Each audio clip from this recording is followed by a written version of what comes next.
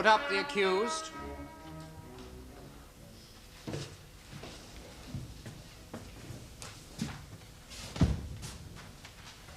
All stand.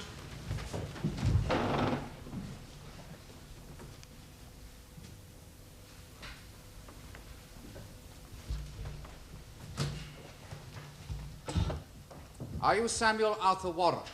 Yes.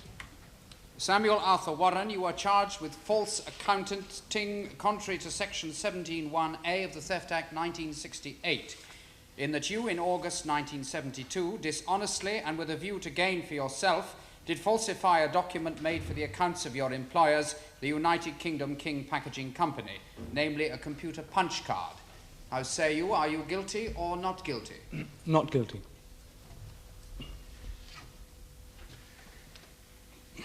Members of the jury, I was never particularly good at sums myself, and I dare say some of you weren't either. Mention mathematics, and some of us go a little hazy in the head. Bring up the subject of computers, and most of us retire in bewilderment. We don't understand computers, and there's no reason why we should. Normally, they are subjects best left to the experts. However, during the course of this trial, you will be called upon to pay attention to a good deal of information about computers and how they are used, and indeed misused. Because it was through his understanding of this subject and these matters that the accused was able to misappropriate the very considerable sum of £125,000 and 58 new pence. Now, if you suffer, or think you do, from a blind spot about these things, don't be perturbed. I will endeavour to explain to you in simple terms the details of the system whereby the accused made use of his employer's computer for his own gain. Now, you are the Chief Security Officer of UKPC? Yes, sir. Can we remind the jury about UKPC, Mr. Mortlock? United Kingdom King Packaging Company, my lord. Yes, the company is generally known as UKPC, my lord. It would be convenient for us all to refer to it as such. Oh, I'm sure it would, Mr. Golding. My lord. You were formerly an inspector in the fraud squad. That's right. Yes, and when did you take up your present post? Beginning of this year, January, sir. Can you tell us what happened in March of this year to concern you at UKPC? I was called on to investigate a discrepancy in the account, sir. A discrepancy? What exactly was it that had come to light? A letter containing a cheque we had sent out in payment was returned to us by the post office. They were unable to deliver it, sir. Yes. May we be shown Exhibit 1? Yes. Now, is this the cheque and the envelope to which you refer? Yes, sir. The cheque is for £2,200, is it not? Made out to a firm called Midland Wrapper. That's right, sir. Yes. Well, it seems in order, doesn't it? Why was the post office unable to deliver it? There is no such firm at that address, sir. I see. And what did you do? Well, I made some investigations concerning Midland Wrapper. I visited this address. It's a trading estate in Leicester, and I made a search of the register in company's house. There is no such company. No such company, yes. And what did you do then? Well, in the course of time, I had a check made of the accounts and discovered that between August 1972 and March of 1974, UKPC had paid out £125,000 and 58 new pence, sir, to Midland Wrapper. To a company that did not exist? That's right, sir. I also found a considerable number of goods received notes purporting to show that UKPC had taken delivery of goods from Midland Wrapper. Yes. Do you produce these goods received notes? I do, sir. Exhibit 2, my lord. Yes. These are the notes, sir. And had these goods been delivered? I checked the stock book, sir. There were no traces of any goods to correspond with these delivery notes. So, non-existent goods from a non-existent company. How then do you explain the presence of these very real goods received notes?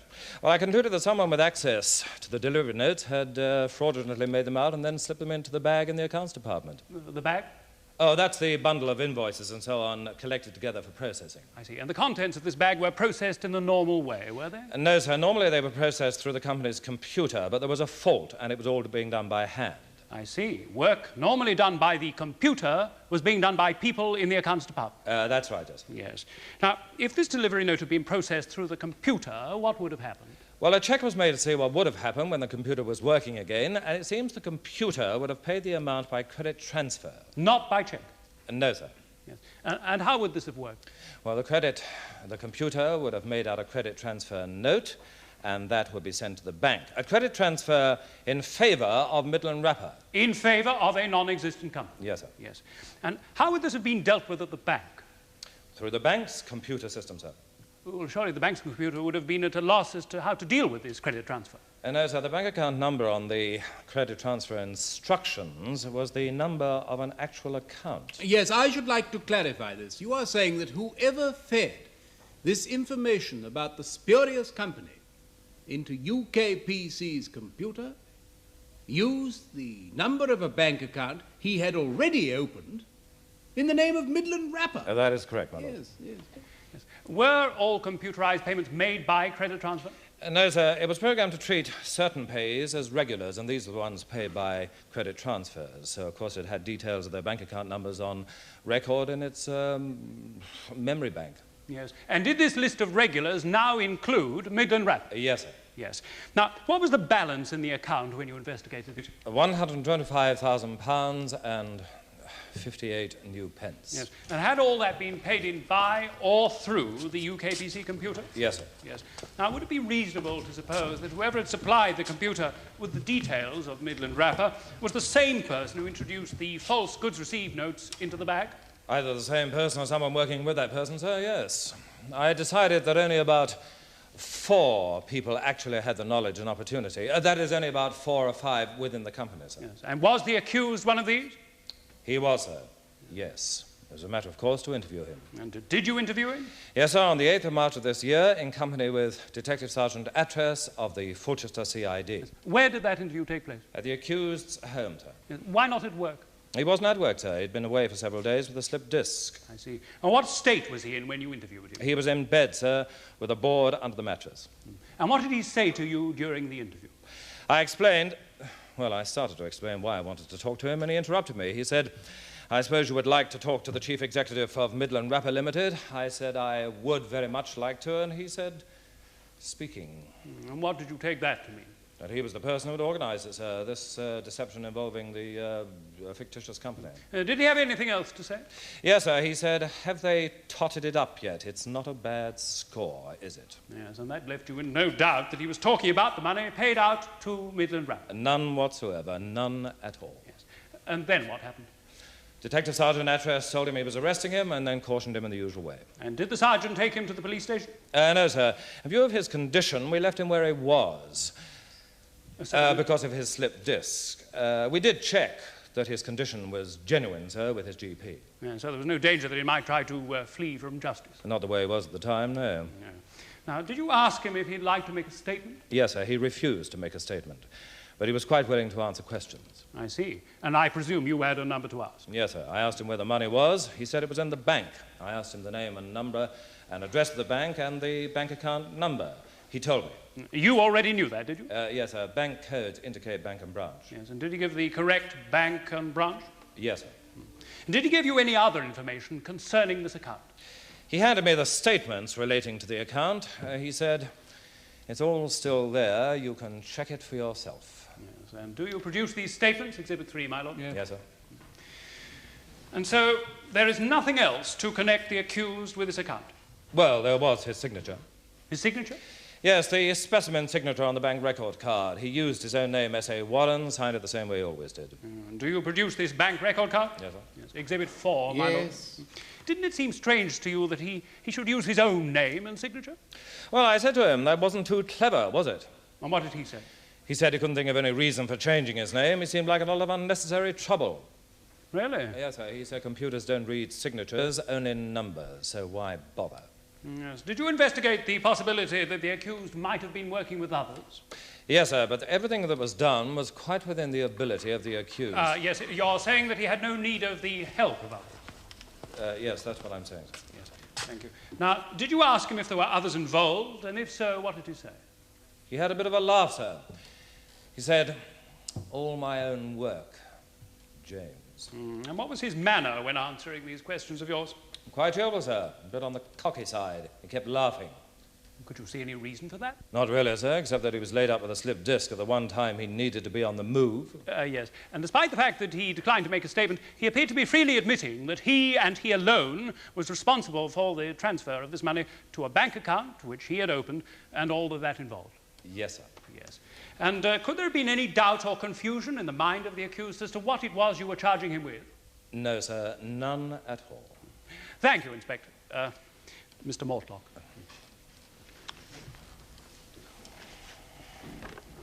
Mr. Mortlock, you've described Mr. Warren's attitude when you interviewed him as a bit on the cocky side. Would you say that he answered your questions readily? Readily? Yes, I'd say that. He described himself as the chief executive of Midland Rapper. Would you say he did this readily? As I've already said, he interrupted me with that remark. I'd hardly started speaking to him. Oh, very readily indeed, then. You also used the word cheerfully, did you not? Yes, sir. He was being very helpful, was he not? Saving you the trouble of persistent and elaborate inquiries. You could say that. So Mr. Warren was readily and cheerfully helpful to you and to the police. In your experience, Mr. Mortlock, would you say this was usual for a man guilty of a major crime? Well, Is it usual? sometimes. I wouldn't say it's unusual. Now, do you remember anything else Mr. Warren said when you interviewed him? I think I noted most of what he said. Yes, well, did he say to you, "How are the silly buggers taking it? I wish I could see their faces"? He did say something to Yes, that did effect. he also say to you, "It was so easy, it was almost boring"? He said that or something like that on the second occasion I tried to get a statement from him, yes, sir. Mr. O'Connor, are you saying that your client made what is tantamount to a confession of guilt? No, my lord. Though what he said might, and indeed has been, mistakenly taken for such. Yeah, then might we know the nature of your client's defense? Oh, with respect, my lord, it'll become clear in time. No, very well. Thank you, my lord. Mr. Mortlock, did you look for a checkbook to go with this account you say Mr. Warren opened? Yes, sir. Did you find one? No, sir. Well, you made a thorough search, I'm sure. The flat, office, car, and so on. Yes, sir. But you didn't find one. What conclusion did you come to, then? But the accused must have hidden it somewhere. Come on, Mr. Mortlock. Why should a man who keeps a bank statement in his bedroom, who couldn't be bothered to hide his identity or change his signature, take so much trouble to hide his checkbook? I've no idea, sir. Neither have I, Mr. Mortlock. Would it surprise you to learn that Mr. Warren destroyed this checkbook that was given to him by the bank because he had no intention of using it? Yes, it would, sir. That would surprise me. And so it might. But that is exactly what Mr. Warren did.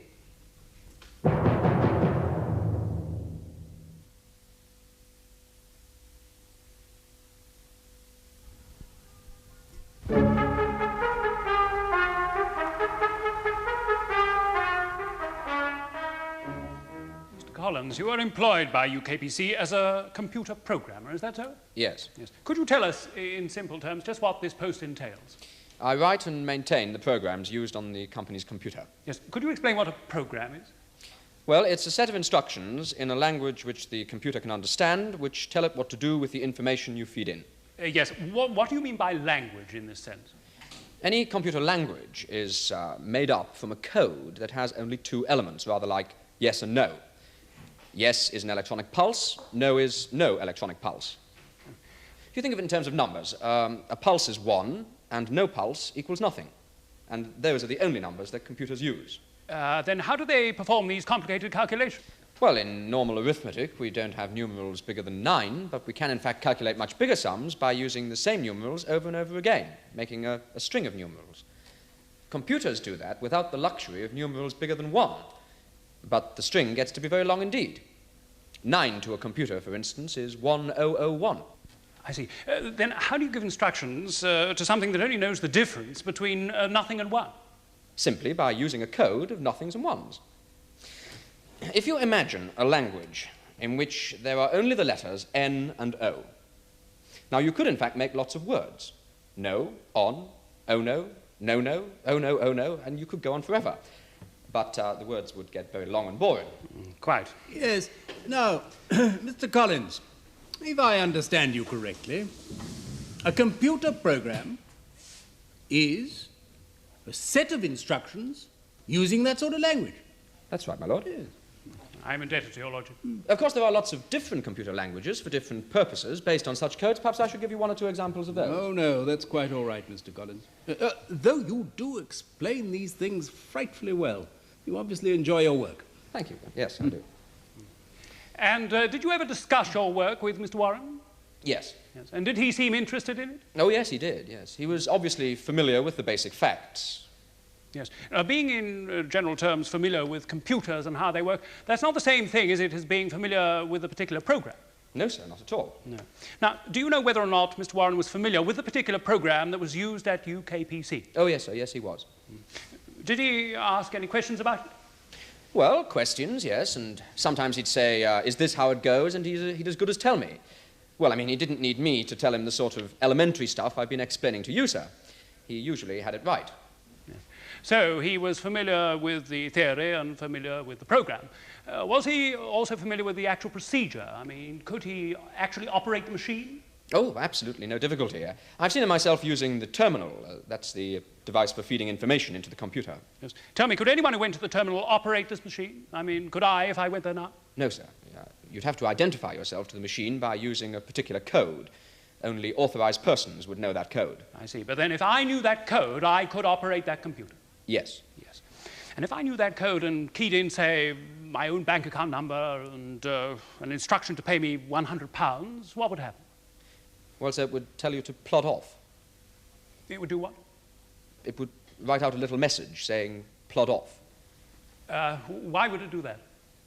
Well, your instructions simply wouldn't make sense to it in terms of its program. That's how it responds to things that don't make sense. Oh, really? It's a little joke of mine, actually. VIPs, come around and they always want to play with the computer. That's what it says to them. I see. That's, however, not what it said to the person who instructed it to make payments to Midland Wrapper.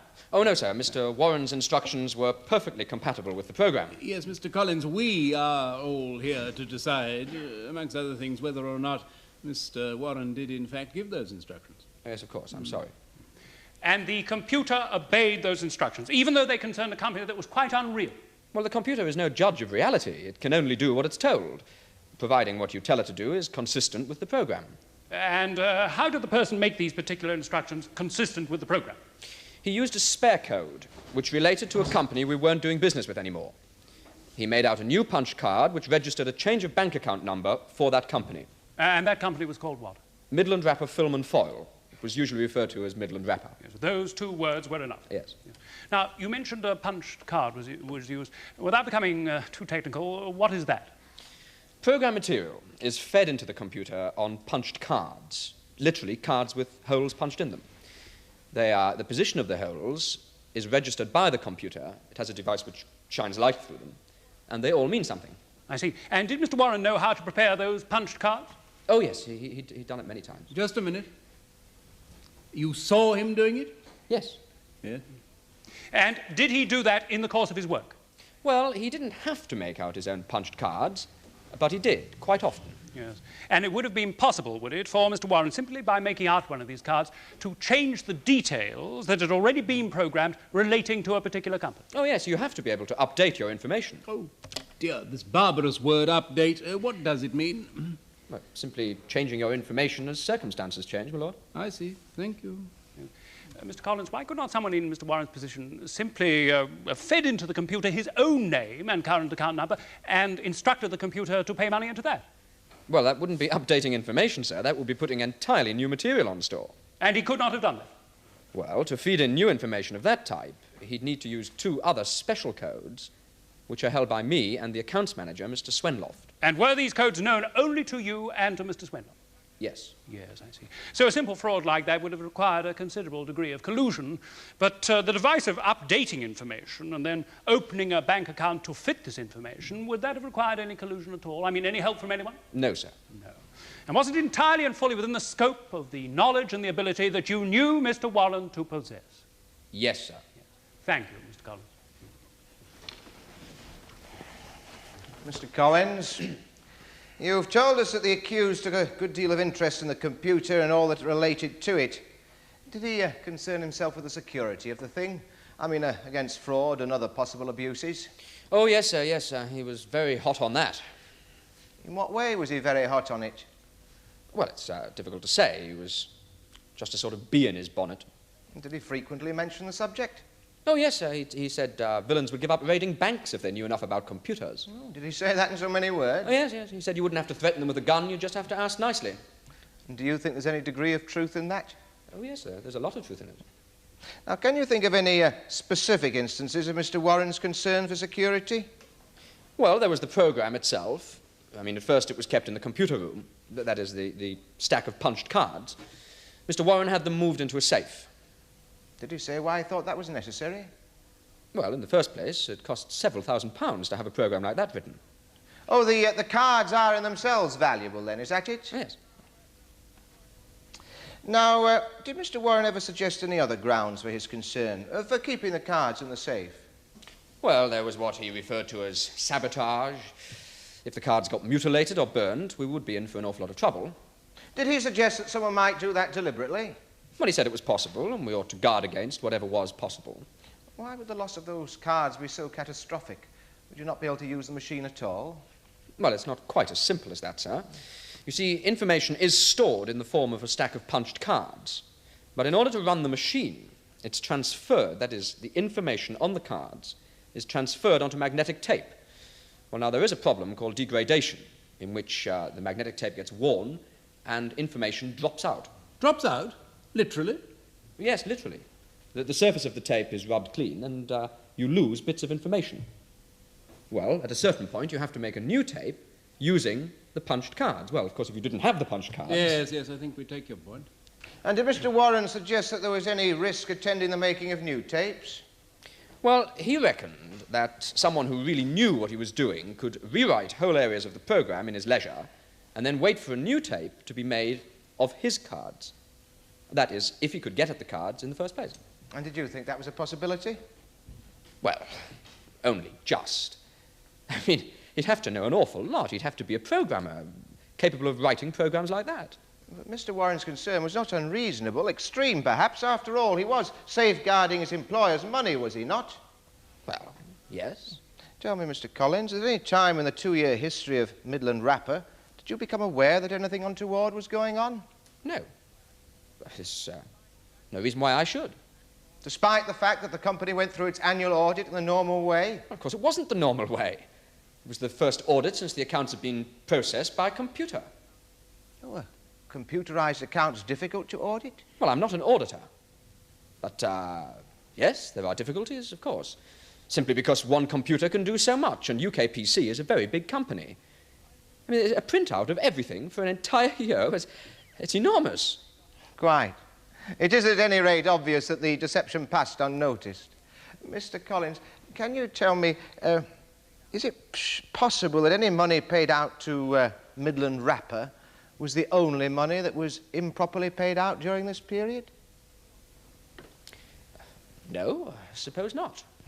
Well, is it possible that other techniques, similar to the one you've described, or quite different, could have been used? I mean, is the computer in operation at the present time? Yes. And what's it doing? Usual things. Stock control, invoicing, payroll. Paying out money? Yes. And you, who know what this machine can do better or as well as anyone, cannot be sure that this present time it is not paying out money that it should not be paying out. Well, I hope it isn't. I'm fairly sure it isn't. Yes, but in view of everything we've been told, can you be quite sure? No.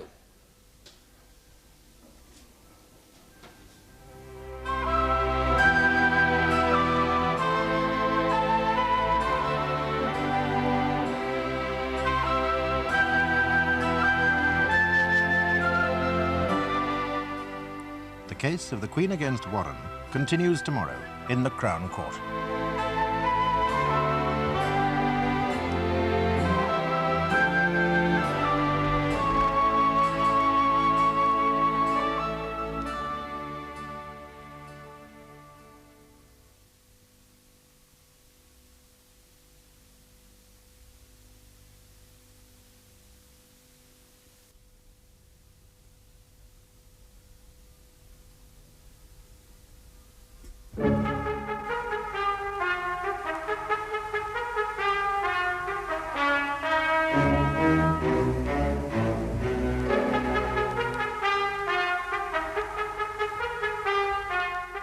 Samuel Arthur Warren is accused of the fraudulent use of his employer's computer, by which he caused £125,000 to be paid into an account he had opened in the name of Midland Wrapper.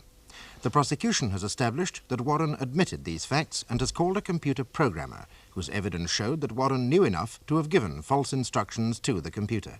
The next prosecution witness is Harold Swenloft. Mr. Swenloft, you are the Midland Area Accounts Manager of UKPC. I am, yes, correct. Now, what relationship exists, I mean professionally, between yourself and the accused? I am, or at least I was, his immediate superior. How long have you known the accused? Oh, about 3.5 years, since he came into my department. So you could claim to know him well. Well, as far as work goes, yes. And of course you are thoroughly conversant, are you, with the kind of work that he did? Well, naturally. Yes. Now, could you tell the court how the facts concerning Midland Rapper first came to your attention? Yes. Well, it was in March. Mr. Benson, he's my assistant, he came to me with a cheque which we'd sent out, which had been returned to us. A cheque for how much? £2,200 made out in favour of Midland Rapper. Yes. And what did you subsequently discover about this company? Oh, that it didn't exist. That must have rather alarmed you, did it? It did, yes. Yes. Now, the court has heard something about the existence, or rather the non-existence of this company, Mr. Swenloft. I wonder if you could tell us how, in the first place, you managed to find an address to which you could send this cheque. Yes. The payments at that time were being processed by hand. One of the girls looked up the address in the company records. Mr. O'Connor, do you object to this evidence? No, my lord. How could she do that if Midland Rapper did not exist? Well, we had at one time done business with a company called Midland Rapper Film and Foil. They went into liquidation some time ago, but we, of course, still had records of them. I see. And what was their address? Bottingdon Industrial Estate, Selsey Heath. Yes. And what made the girl you spoke of assume that this was the company to whom the cheque was due? Well, the name, of course, and the fact that on the delivery note it did in fact say Midland Rapper, Selsey Heath. I see. So we have, if I follow you, an imaginary company with a name very similar to that of a company that had ceased to exist, but with the same address. Precisely. Yes. Now, and this is very important, Mr. Swenloft, why should someone bent on defrauding your company of large sums of money choose to invent a company with a name so similar to the one that you've talked about? Oh, because the details of that company would already be on file in our computer records, and they would have been given a code number when the computer was first installed. And this code number is important? Oh, yes, very. Yes. Would it be true to say that the existence of this code number in your computer's memory served to, well, to establish the bona fides of the company as far as the computer was concerned? Exactly that. Yes. And was it the case that one of the things entailed by this code number was that the company was to be paid by credit transfer? Oh, yes. Yes. Now, and when this company went out of business, this code number was not cancelled in any way? Well, it seems it wasn't, no. No. So this code number, still valid, was available for fraudulent purpose? Oh, yes, it was still valid. Yes. And it therefore seems likely, does it not, Mr. Swenloft, that someone with fraudulent intent should make use of this particular company? My lord, I object to my friend's use of the word fraudulent. The existence of such intent is very much at issue. Yes, Mr. O'Connor. Mr. Golding, I think you should avoid that expression. Very well, my lord. Mr. Swenloft, was Mr. Warren in a position to know these things? Mr. Warren took a very close interest in everything to do with our computer. He did, I see. And would you say that he had a thorough knowledge of the system and how it worked? Well, of course, I'm no expert on computers, but he seemed to have the hang of things, yes. Yes. When you say he seemed to have the hang of things, do you mean that he took a special interest in matters relating to this computer? Oh, yes, a great deal of interest. I know he spent a lot of time with the computer people when the machine was first installed. And subsequently, did he show much interest? Oh, yes, indeed. In fact, people used to say, you know, the computer was Warren's baby. Warren's baby? Hmm. And in the normal course of his work, Warren made use of this computer, did he? Oh, yes, he was in credit control. All their records were computerized. So he had access to the computer and was a familiar figure in the computer room? Yes. Yes. And if someone had happened to notice him alone there in the computer room, it wouldn't have seemed at all out of the way? Oh, no, not at all. No. Now, what was Mr. Warren's salary at this time? £2,750 a year, plus bonuses. So he might earn around £3,000. That's about right, yes. A reasonably substantial salary. Was Mr. Warren happy in his work? Well, I'm not sure I'd say happy exactly. Why not? Well, he'd put in for various promotions, senior jobs that were going, you know, and been turned down for various reasons. Yes, what sort of reason? My lord, I object. We are not here to discuss my client's fitness or otherwise for senior management. I agree. Very well, my lord. Mr. Swenloft, what would you say was Mr. Warren's reaction to being turned down for these promotions that he sought? Well, resentment, mainly. He resented? Yes. Did he ever say or do anything to make you appreciate that? Oh, yes, I did hear him offer his opinion of senior management in the company. And what was his opinion? Well, he said the company was run by, well, He suggested that the management was incompetent. Yes. What words did he use? He called them a shower of pompous penguins. Yes. Did he ever call them anything else? Yes, he called them zombies on one occasion, and... oh, yes, he said if we allowed funerals on expense accounts, we would discover that they were already dead. I see. And how were these clearly resentful remarks delivered to you? In anger or what? Well, just, sarcastically, that's all. I see. And what did you do when Mr. Warren delivered himself of these opinions? I said if that was how he felt, it was no great surprise that he wasn't exactly shooting to the top. Quite. Now, when was Mr. Warren last turned down for one of these promotions? Oh, that would be early in 1972. 1972, yes. And when did Mr. Warren's fictitious company start to receive payments through this computer? Oh, as far as we know, in August 1972. 1972. Not long after his last rejection? That would be right, yes. Yeah. Thank you, Mr. Swenloft. Mr. Swenloft, do you share Mr. Warren's opinion of the management of UKPC? Certainly not. Would you call it competent then, Mr. Swenloft, to lose £120,000 over 2 years and not to notice until a mere accident exposed the fact? Well, I suggest the facts tend to support the opinion expressed by my client, then. My Lord, I do not see how the efficiency of the management of this company can be relevant to the case. Oh, nor can I at the moment, Mr. Golding. Very well, my lord. I have a number of questions to put to this witness. I wonder if it might be a good idea to adjourn it. Very well. Yes, we will adjourn for lunch. Members of the jury, you may discuss this case amongst yourselves, but not where you may be overheard. I will adjourn now. All stand.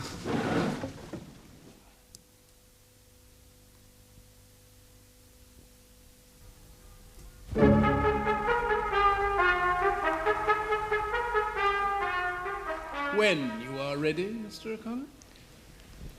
Mr. Swenloft, would you say that Mr. Warren was good at his job? Well, yes, he was more than adequate, shall we say? Oh, let's not say that. It's a little vague, isn't it? Are you saying that he wasn't very good at his job, or he was? Oh, all right, I'd say he was. Well, if he was very good at his job, why was he not promoted? My Lord, I object. My learned friend has been at pains to point out that this line of questioning is irrelevant. It's irrelevant to the prosecution, my lord. But the relationship between my client and his superior are of very great importance in his defence. How is that, Mr. O'Connor? Well, because it'll go a long way to explaining why he conceived this elaborate plan in the first place. Very well. Well, let's get on. Well, thank you, my lord. Well, Mr. Swenloft, you were going to tell us why my client was not promoted. It was his attitude. Could you elaborate, please? Well, he had a very high opinion of himself and didn't trouble to hide it. Thought he was a bit clever. A bit clever? And wasn't he? Not so clever as he thought, I'd say. Oh, I see. You thought him a bit big-headed. Yes. Bit of a clever Johnny, would you say? Yeah, more or less. Now, you did say, didn't you, speaking of your own knowledge of computers, I'm no expert. Yes, I did say that. Well, you could hardly say anything else, Mr. Swenloft. And from what has been said, it would appear that Mr. Warren, not only, as you said, had the hang of it, he understood computers very well. Well enough to siphon off large sums of money and go undetected for 2 years. Is that not so? Well, While all you can do is to say, I'm no expert. On this evidence, Mr. Swenloft, and I suggest my client was exactly what he said he was, a good deal cleverer than you. well, when it comes to computers, perhaps, but I mean, that doesn't excuse his general attitude. Swenloft, when it comes to computers, and when it does, or rather, when computers came to UKPC, you were on the committee which made the important decisions, were you not? Yes. So you were instrumental in deciding to lease the computer, what sort of computer, and the sort of program and so on. Yes, I was. Tell me, was Mr. Warren on that committee? No, he wasn't. Why not? It was a committee of heads of departments concerned. It was a sort of a top management committee then. Of course, yes. And I hope, Mr. Swenloft, that the other members of this committee were more expert in these matters than you have confessed yourself to be. Do you think they were? Well, I can't say about that. Really, Mr. Swenloft? After sitting on this committee with people who are well known to you and meeting many times to discuss precisely these matters, you can't say whether they knew more or less than you? Well, I take it they did speak at these meetings. Mr. Swenloft, you were all at the very least awake, My were lord, you this not? is wholly unwarranted. Mr. O'Connor. I'm sorry, my lord, I withdraw that statement. It was perhaps a little frivolous. It was gratuitously insulting, Mr. O'Connor. I apologise, my lord. Well, I suggest, Mr. Swenloft, that these other meetings, or other members, rather, of the committee, probably knew as much about the subject as you did. Would you agree? Yes, I suppose so. Then it would not be unfair or flippant in any way to suggest that you were probably not awake to all the implications of the decisions that you were taking at that time. One might possibly say that. Isn't it also true that if Mr. Warren bore some resentment against what he saw as an inadequacy on the part of the management, you and your fellow managers also bore some resentment towards him? No, that isn't true. Oh, it isn't true that you resented the fact that here was a man, your junior, who was cleverer than you, knew what he was talking about when you didn't, and had the courage to tell you so? No, I just don't think that's true. Don't you? Do you recognise this, Mr. Swenloft? Exhibit 5, my lord. It's a memo from Mr. Warren to Mr. Swenloft, an agreed document. It was sent to everyone concerned with the leasing of the computer. Very well. Do you recognise this document, Mr. Swenloft? Yes, I do. Well, could you tell the court briefly what it contains? Well, it contains Warren's views on the subject of computerising our accounts. Yes, it does. Mr. Warren expresses his views quite forcibly in this memorandum, doesn't he? One might well say that. How would you sum up Mr. Warren's arguments here? Oh, he was against the idea. Or would you say he was against it on balance, or against it totally and utterly? Well, he presents various points, and, well, yes, on balance, he's against it. So he makes his points forcefully, but it's a reasoned argument all the same. Yeah, one could say that. Now, he says here that, in his opinion, many of the apparent gains in efficiency are largely illusory when a staff of people who can think for themselves, or could do so if encouraged, are to be replaced by a machine which can only do what it is told to do. Such efficiency may be bought at the cost of inflexibility. What did you think of that point? Well, I mean, it was pretty obvious what was in his mind. Was it? Yes. He was afraid he was in for the chop. In for the chop? That he'd lose his job, my lord. When we went over to computers, there were redundancies. You didn't think it could have been a genuine and reasonable argument all the same? Well, I suppose that might possibly be true. You didn't think so at the time? As I say, one could read between the lines. Mr. Warren continued to suggest some of the dangers you might be running. He says, the company seems unaware of the dangers that accounting by computer might involve. Specifically, that, in my opinion, the computer offers unprecedented opportunities for fraud on a grand scale, and even industrial espionage at the push of a button. Do you think they were reasonable points at the time? We gave them some attention. Well, in the light of events, do you now think that they were very reasonable points? Yes, I suppose so. Well, you could hardly do otherwise. The truth of them has been dramatically demonstrated. In a manner of speaking. Well, if you call £125,000 missing in a manner of speaking, yes. Mr. Warren goes on to outline various other dangers that he says are inherent in the computer system. Abstraction of records, deliberate or accidental destruction of information stored, the difficulties of auditing computer-processed accounts, the dangers of unauthorized access from remote terminals, including apparently any telephones. Well, I don't understand this, I'm afraid, but I've never been in your position. What do you think about this point? As I've said, they were considered. The point about the telephone? Oh, a bit far-fetched. I believe it can be done with certain kinds of installations if you have a central computer connected to remote terminals, but at that time there were no immediate plans for any of these terminals. Are there any now? Well, yes. We now have two. One in London and one in Manchester. Oh! So what a moment ago was just a far-fetched possibility is now a very real possibility, and a very dangerous one. So why did you not take this seriously? I've never said we didn't take it seriously. Did you call on Mr. Warren to expand on his arguments? Well, no.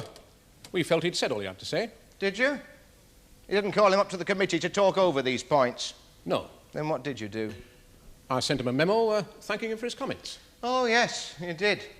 Mr. Warren believes that your reply was contemptuous. Not at all. Neither you nor anyone else on the committee asked Mr. Warren to send this memo, did you? No. It was quite unsolicited. Wouldn't it be fair to say that you thought it just another instance of Mr. Warren being a clever Johnny? Well, I mean, to some extent it was. He had a habit of telling people how to do their jobs. And so you could shrug it off. I wouldn't quite use that expression. Well, dismiss it then. I did send Mr. Warren a memo in reply. Oh, indeed you did. I have it here. Exhibit 6, my lord, a memorandum from Mr. Swenloff to Mr. Warren. Yes. I'd like to read it, if I may. Very well. Thank you for your comments on the computer business. The board has decided to lease a Datum 16-5000. Bearing in mind your interest, concern and obvious knowledge on the subject, it has been agreed that you should be the one to take a special interest in matters relating to the transition to computer, particularly with regard to security and so on. The board may call on you whenever it feels need for a report on the new system. Any additional responsibility this entails will, of course, be borne in mind at the next salary review. You remember sending this, Mr. Swenloft? Yes? Would you think it fair to describe it as a brush-off, Mr. Swenloft? No, not entirely. Brush off, Mr. O'Connor? What would that be? Contemptuous rebuff, my lord. Thank you. That is what it is, wouldn't you say? No, I'd merely call it a polite memo. Oh, it's polite. Even nicely phrased. But it doesn't suggest that Mr. Warren's comments have been taken too seriously. It asks him to take a special interest, but it doesn't define this interest or limit it or give the job a name. It merely refers to matters involved with regard to security and so on. Now, did the board ever, in fact, call on Mr. Warren for a report on the new system? No, not as far as I can remember. No, it didn't. Can you honestly believe that there was any real idea that it would? Well, no. Not really, no. But you have to keep people happy, don't you? Quite. And was this somewhat notional responsibility taken into account at the salary review next following? No, I don't think so. Of course it wasn't, because however polite, this was a rebuff. Do you expect Mr. Warren to take this additional responsibility seriously? Well, no, not really. I knew he'd busybody around anyway. And does it surprise you to learn that Mr. Warren did take your suggestion seriously? I'm not all that sure he did. Well, did he ever make any recommendations or suggestions to you on the subject? Well, yes, I did get copies of memos he sent. But he was a great writer of memos. I had to keep reminding him they should be just that, a brief note of something to be remembered, not a philosophical treatise. Did you pay any attention to them? Well, I'm quite sure I read them. What sort of things did they mention, then?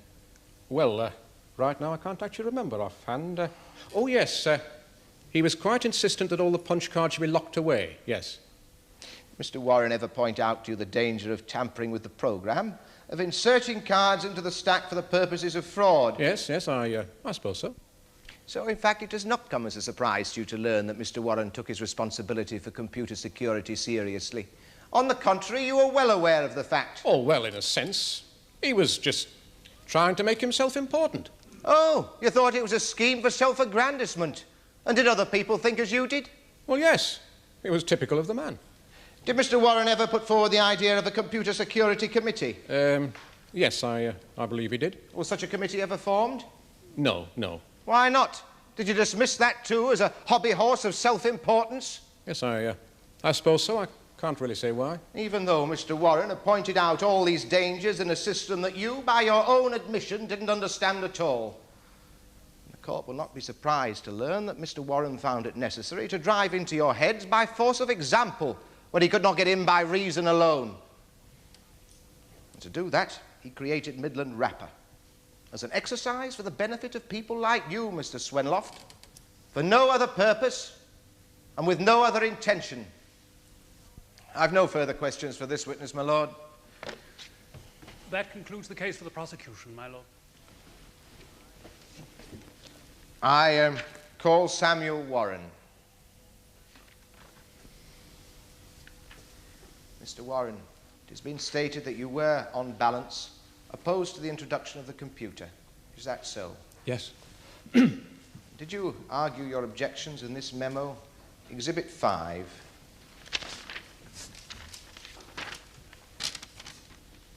Yes. I see here that you list numerous points: unauthorized access, sabotage, industrial espionage, fraud, accidental destruction of records, and much, much more. Do you still consider these to be valid points? I do, yes. You also stated that you consider that the introduction of the computer would result in a period of confusion and chaos. Yes. Was this prophecy fulfilled? Oh, yes. Well, how? What sort of things happened, please, Mr. Warren? Accounts were lost track of. Work was duplicated all over the place. People who learned to use the new system were unable to work alongside those people who hadn't. The result was chaos. Did you feel that this justified some of the things you said in your memo? Yes. Did you consider that these difficulties were inevitable? Well, when you totally reorganize the entire accounts department of a firm as big as ours, you're bound to create confusion. And going over to computer involved a considerable degree of reorganization? You couldn't conceive of a greater degree of reorganization, no. Had you any idea how this reorganization should be approached? Yes. If we had to have it, then, as far as I was concerned, we should have progressed with very great caution. You suggested that, did you? Yes. In a number of conversations with Mr. Swenloft, I even outlined the phases I thought we might go through. Was any notice taken of your advice? None whatsoever, no. No, they plunged ahead. Well, in what spirit would you say they plunged ahead? A kind of lunatic euphoria. They decided that we had to have a computer, and that was it. I think they thought it showed what jolly progressive people they all were. Looks good in the annual general reports, that sort of thing. Do you not yourself consider a computer to be a useful thing? Oh, useful, yes, but not absolutely vital. You don't have to have one. The management seemed to think that we did have to have one, that is. Well, there must have been some advantages, Mr. Warren, because, after all, managers are well known to be conservative in money matters, and computers are, after all, very expensive. Yes, but under the sort of leasing arrangements that we made, a lot of the cost can be discounted against tax. Oh, Mr. Warren, there were other considerations which were influential in the decision to computerize. Oh, yes. Yes, take the wage bill, for example. Now, install a big computer and you can shove, what, a score of people into the queue at the Labour Exchange. Mind you, you have to give it better working conditions than the people ever got. Mr. Warren. It's got to be spotlessly clean Mr. Warren. or air-conditioned or it won't work at all. Mr. Warren, nevertheless, you are not against computers as such.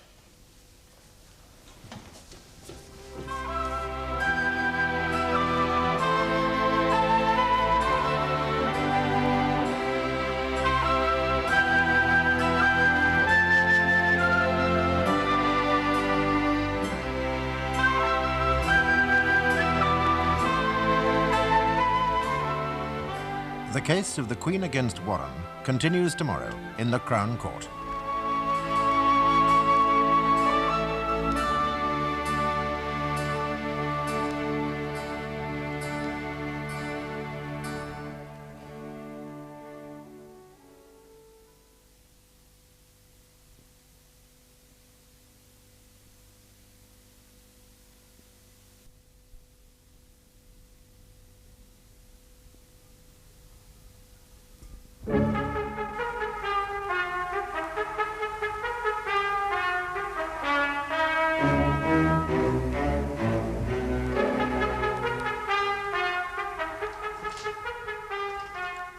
Samuel Arthur Warren is accused of the fraudulent use of his employer's computer, by which he caused £125,000 to be paid into a bank account that he had opened.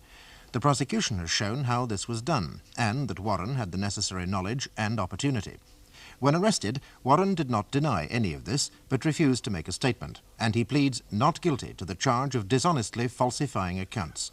Warren is now in the witness box. Mr. Warren, in your opinion, did the management of UKPC understand computers? Anything but. Mind you, I'm sure they're learning, slowly. But initially, they were only too happy to hand over everything to do with the company's cash flow to a bunch of magnetic tapes and punch cards without understanding one half of the implications. Did you consider that you did understand all the implications? No, far from it. Just rather more of them than those taking the decisions. Did you entertain a high opinion of these people? As professional management, no. Did you dislike them? As people, not particularly. If I may say so, they are typical of their kind. In what way typical, Mr. Warren? Well, the further up the hierarchy they get, the more time they spend in justifying their position, not actually by filling it, but by an obsession with the perks and the prestige and the self-importance and so on. UKPC has some rather classic examples of the Peter Principle, if you're familiar with that. Well, I confess that I am not, Mr. Warren. Perhaps you could enlighten me. Well, it's a sort of blinding glimpse of the obvious. It suggests that in any organisation where promotion depends on being competent, then people go on being promoted until they finally reach a level where they aren't competent anymore. And they stay there. Who is it who puts forward this principle? A Professor Lawrence J. Peter in a book called The Peter Principle, or Why Things Always Go Wrong. I see. Thank you. Yes, Mr. O'Connor? Did you think this phenomenon was manifest in UKPC? Oh, yes. These men, however, in UKPC were planning to introduce a computer. Was that not a progressive point or idea? Oh, yes. Every so often they have a great leap forward, and invariably they tend to fall flat on their faces. Yes. Now, it has been said that you knew something about computers and you took an interest in such matters. Is that true? Yes. You have a degree in mathematics, have you not? That's right, yes. Have you ever used a computer before? At university, it was a very small one. It was considered to be something of a toy at that time. Was that computer anything like the one at UKPC? No. Same principles, of course, but very much less sophisticated. But the same principle? Yes. As far as you knew, had any of the men on Mr. Swenloff's committee enjoyed your advantage in this respect? No. Were they aware that you had some experience, however limited, in this field? Yes, I had mentioned it. Yet we've heard that they did not consider it worthwhile to seek your advice or act on it when it was offered. What sort of response did you get to this memo? Well, I got back the other memo from Mr. Swenloff, the one there. Did you think Mr. Swenloff's memo indicated that you've been taken seriously? Far from it. Why not? Do you have any idea? Well, I was too junior, and they didn't like me. Why not, Mr. Warren? Well, as I've already explained, they had become entrenched within a framework of their own incompetence. And I was rather more competent than they were, and they knew it. Mr. Swenloff suggested that you were against the computer because you were afraid for your job. Is that true? No, not at all. Your memo, you think, was not taken seriously. Did you take Mr. Swenloff seriously? Yes. Why? Because it gave me, in general terms, responsibility for computer security. And did you take that responsibility seriously? I took that responsibility very seriously indeed, yes. So what did you do then, Mr. Warren? Well, unlike some incompetent people that I could name, I am not averse to listening to expert advice, so I contacted an expert in computer security. Who was that, please? A man called Milton. Edward Milton. He's a security consultant. And what did he tell you? Well, he quite simply confirmed what I'd already thought. And I remember he said at one point that the only way to get it across to them was to hit them where it hurts and to make them bleed money. And he said he was familiar with the type of security risks prevalent at UKPC. And it was after this conversation with him that I became convinced that the countermeasures I was considering, well, perhaps I should say planning, were justifiable. Did you talk to him a great deal? No, just the one phone call. I mean, no one was paying him. He wasn't to give me the benefit of his advice. I just wanted his comments. So what did you do? Well, it's all been explained in court. I acted as if I was a man bent on stealing a large amount of money. And I asked myself how he would do it, And having worked it all out, I put it into practice. I see. You acted as if you were bent on stealing a large sum of money. And were you? No. I was proving a point. And the method that has been so laboriously detailed by my friend was the method that you used, was it? Yes, that's right. Was it the only method that you could have used? No, there were several others I could have used, but this was the best for what I had in mind. Why was that? Well, because once I'd updated the information, I didn't need to do anything else, except delivery notes, and stationery is a fairly simple matter. You see, I mean, I could just let the system go on paying out indefinitely. Did you ever think that you might be discovered? I thought that was possible, yes. Didn't the possibility worry you? No, I still think I've made my point. But it seemed to me that I wasn't going to be discovered except by accident, and a security system that depends on accident, well, it just isn't a security system. Did you intend to disclose the facts and the details of what you had done? Yes. I decided that when I reached the sum of £150,000, now that seemed to me to be a very frightening sum of money indeed, that I'd write out a cheque for that amount and I'd send it directly to Gilpin.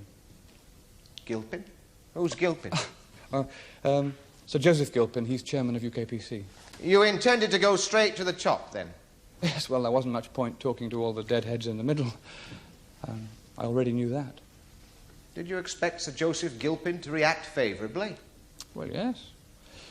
If someone drops £1 and you pick it up and give it to them, they're usually pretty pleased, aren't they? And this would have been £150,000. Quite, but don't you think he'd have found your actions unorthodox, even outrageous? Actually, I think he might rather have appreciated that. I believe that in his time he's done some rather unorthodox things himself. What did you hope to gain, Mr. Warren? Well, as I say, recognition of the facts. And I realise this must sound very lame now, but at the time I thought if I played my cards right, I could end up on the board. Did you think that was a reasonable expectation? Well, if UKPC was concerned to stop people running away with their money, yes, it was. Mr. Warren, did you spend any of the money paid to Midland Wrapper? No. Not a penny of it? No. Or any of the not inconsiderable interest that accrued? No. Why not? Correct me if I'm wrong, but wouldn't that have constituted a criminal action? Were you ever tempted to spend that money? Well, who wouldn't have been? What did you do with the chequebook that went with the account? I destroyed that. I put it through the paper shredder at work. Yes, but you could have got another, did you? I didn't want another one around. I didn't want to do anything criminal. I've no desire to end up in jail. I simply wanted to prove my point, that it could be done, and done over a long period. And, above all, I wanted them to acknowledge that I was right. To be frank with you, I wanted to rub their noses in it. Thank you, Mr. Warren. Mr. Warren, you must have been well aware of how much money was going into this account that you'd opened. Yes. Can you remember how much was paid in during the first 6 months? Oh, about £25,000. And during the second 6 months? Would £40,000 be about right? Yes, about. It seems you gained in confidence as you went along. Well, with reason, yes. And in the remaining 8 months of this deception, how much did you cause to be paid? The balance of about £60,000. £60,000. You were growing very confident indeed. Yes, with reason. You're going increasingly more greedy, perhaps? No, it just seemed to me that that's what a real thief would do. He'd milk it. And that's what you did, didn't you? You milked it. I was deliberately trying to push the system to the limits. Because you knew how easy it was? Yes. Yes. I put it to you, Mr. Warren, that you became increasingly greedy exactly as a real thief would have done, because you were, in every sense, that real thief. No, I didn't touch the money. I mean, if I'd been this real thief you had that it in you're your talking power about, surely to spend this money. And I suggest to you the reason you didn't was that the more you got, the more you wanted, and that is why you didn't spend. No, I mean, look, as far as I was concerned, the money was, well, like tokens, counters, monopoly money, if you like. Are you saying you thought of this thing as a game? More or less, yes. A very serious game, though. Well, you became obsessed with this game, did you not? I wouldn't say obsessed, exactly, no. You played this game continuously for 20 months, Mr. Warren, and showed no signs of stopping. I wouldn't say obsessed was too strong a word. And I further suggest that had you not become so obsessed, you would have got out sooner and taken that money with you. No, I had no intention of doing that. Well, may I ask you then, Mr. Warren, how you intended to place this cheque for £150,000 on the desk of Sir Joseph Gilpin, as you've said you intended to do, when you have already told us that you put the entire chequebook through the shredder at work and kept not one single cheque? And if you say, as you say, you intended to reveal all and hand back this money, why did you not do so? Well, as I've already explained, I was waiting until I had exactly £150,000, which was to prove my point. Oh, come, Mr. Warren, how much was needed to prove your point? Would not a mere £5 have sufficed? Wouldn't have had quite the same impact, would it? Then surely £1,000 would have been quite emphatic. Perhaps. Perhaps? Then £10,000 would surely have been very emphatic indeed, would it not? Of course it would. This wasn't a game, was it, Mr. Warren? This was a plan to enrich yourself. And I suggest that had you not become so intoxicated with your own cleverness that your greed began to outstrip itself, this flimsy, ramshackle and wholly ludicrous story about you having done it all as an exercise in security with the best interests of the company at heart is just something dreamed up by your obviously inventive imagination when you had been discovered. Yes, it's a pretty story, Mr. Warren, in which you play what? I suppose the good fairy in disguise. But like all fairy stories, it is thoroughly unbelievable.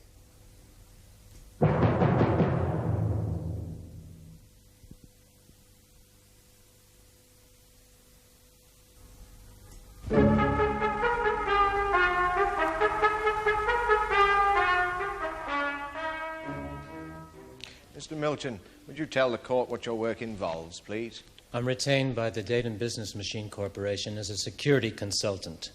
Datum sells and leases computers, and I examine client setup and, well, plug up security loopholes. I see. Now, Mr. Warren claims to have discovered these loopholes at UKPC. Would you agree with that? Yes, he was obviously aware of some of the problems involved at any rate, and at least one major gap in security. The device that Mr. Warren used, is that the sort of thing you would look for? Yes, sir. That sort of exploitable weakness, yes. In the course of your work, Mr. Milton, do you ever use techniques such as Mr. Warren employed? I mean, in the course of demonstration, that is. Yes, I do. I try to examine all the means that somebody might go about cheating the system, and I try them out at least in theory. Then I advise what should be done about it. Have you ever caused a client's computer to pay out a large sum of money to you? Yes, I have. Without their knowledge? Yes. Could you explain what you do in such a case and why, please? Yes, I might go to a client's establishment, not disclosing who I was. I might get in there by saying I was an engineer or a software salesman, something like that. Software? In the computer business, the machine itself, the electronics and all the ancillary gear, that's the hardware. The cards, the tapes, the programs, that's software. I see. Thank you, Mr. Milton. Go on, go on. Well, I might get in there using such a pose. I can talk my way around the subject, obviously. In the worst cases, I don't have to. I just walk in. Then I've done my homework on the system, and I put into effect some fraudulent device that I've thought up.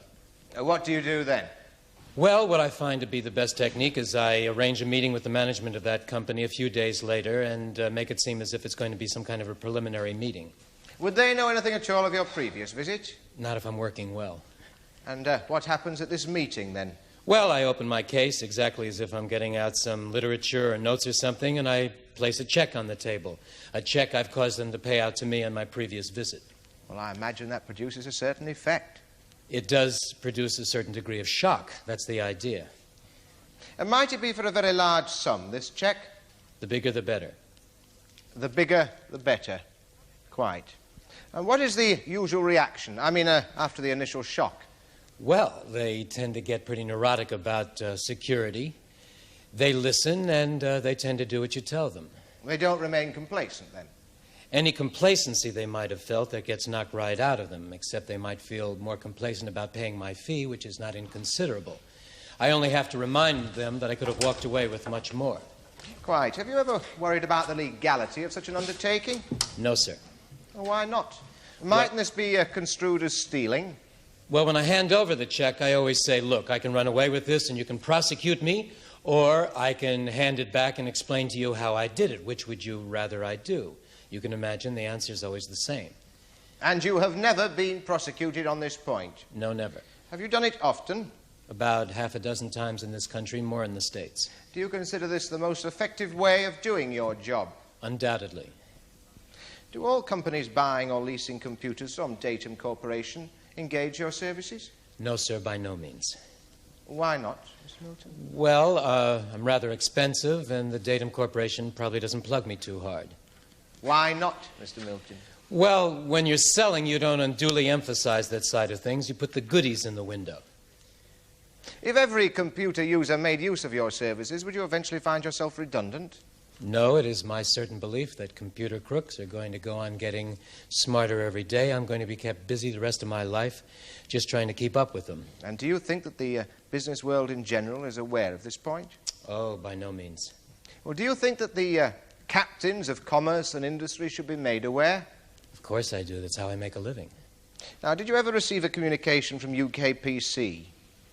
No, just an informal approach from Mr. Warren. Well, would you tell us when that was and what it was about, please? Early in '72, he said he was responsible for security there, but he just couldn't get the message across to some of the people. Did you give him advice? Not exactly advice. I wanted to be friendly, you know. I thought maybe I could be called in there. So what did you do? I listened. He seemed to have the right ideas, and I told him so. Did you advise him to undertake a practical demonstration? I didn't advise him as to what he should do, no. Well, did you ever use the phrase, you have to hit them where it hurts, make them bleed money? I should think so. It's kind of my motto, you know. What Mr. Warren did is very much in the strain of your motto, Mr. Milton. The sort of thing that you have done yourself previously, is it not? It is similar, yes. Thank you, Mr. Milton. Now, in your work, Mr. Milton, you say you've stolen money many times for the purposes of demonstration. Now, how long would a cheque, such as you mentioned, normally remain in your possession? A few days, rarely more than a week. And it always goes back virtually as soon as you get it? Yes. Yes. Now, can you see any advantage to be gained from an indefinite repetition of such a fraudulent device? No. I have better things to do with my time. One check's always been enough to shock everybody I've dealt with so far. One cheque is always enough? Yes. Yes, thank you, Mr. Milton. One final question, Mr. Milton. I take it that your clients acknowledge you to be an expert. Are they very ready to listen to you? Well, I should think so. They're paying for the privilege. They ought to. Yes, well, would your job be harder if you were not accepted as an expert? Yes, of course it would. Thank you, Mr. Milton. Thank you, Mr. Milton. You may leave the witness box. Thank you, Your Honor. I'm calling no further witnesses, my lord, and that concludes the case for the defence. Ladies and gentlemen, the accused claims that the elaborate theft he perpetrated, misappropriating the enormous sum of £125,000 over a period of 20 months, an action which he admits to having committed. The accused now claims that everything he did was in the nature of an exercise and that he never intended to keep the money. Well, members of the jury, if that were the case, you may well care to ask yourselves a number of questions. Firstly, why did he not make a statement to this effect to the police at the time of his arrest? I suggest the answer is he hadn't thought of it at the time. Secondly, why did he not make his grand gesture of revealing all to Sir Joseph Gilpin when he had reached the substantial sum of, say, £1,000, which I calculate was probably stolen within approximately the first month? For you will remember the clear statement from the defence witness, Mr. Edward Milton, that to make the point about security, one cheque is enough, and that such a cheque would remain in his possession for a few days, but rarely more than a week. And yet Mr. Warren was still playing his supposed game and amassing the considerable sum of £125,000 after 20 months. A game which I suggest, ladies and gentlemen, might still be being played had not the human factor upset his computerized calculations. You may also ask yourselves why such a man, so obsessed with the detail and the careful planning of this exercise, if such it was, would have left no safeguard, such as a sealed letter with his bank manager to be opened in the event of such an arrest, explaining his motives for these continuing thefts. No, members of the jury, whether the accused devised this ingenious robbery out of frustration or resentment, or, as I suggest, out of malice, what may have begun as an obsession to show these pompous penguins, as he referred to them, some of the security arrangements, the loopholes in them for UKPC, became an obsessive desire to accumulate a vast... Prosecution has suggested that a degree of obsession took hold of my client. And perhaps that is true. Certainly he had a single-minded desire to make demonstrably clear that what he had said and what had been ignored was true, and that the threat, as he saw it, was a very real one. And so, members of the jury, what is disputed is the accused's motive. Now, the prosecution claims that he was motivated by a desire for gain, and that desire was spurred on by a certain resentment or malice he bore his superiors. Now, the defence claims that a resentment, a mutual resentment, existed between Mr. Warren and his superiors, and did indeed stimulate him, but only insofar as it drove him to take extraordinary measures in order to prove himself right and them wrong. However, these extraordinary measures put at his disposal a very large sum of money. The defence claims that he never intended to use that money, that he intended to return it, and it is a matter of fact that he did not use it. However, here you may have to consider whether, at any point during his long and successful period of false accounting, the accused intended to use that money for himself.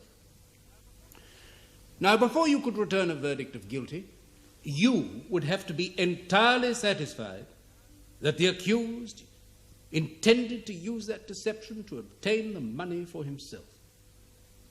If you think that is not established, that he had no such intention, then you must return a verdict of not guilty.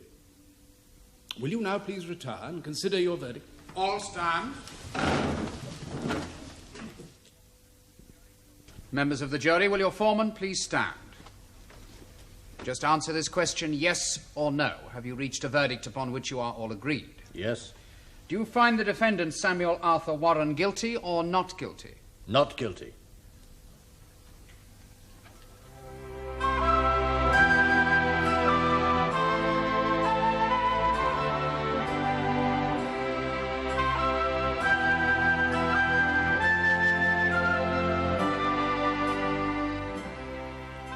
Next week, you can join another jury and assess the facts when our cameras return to watch a leading case in the Crown Court.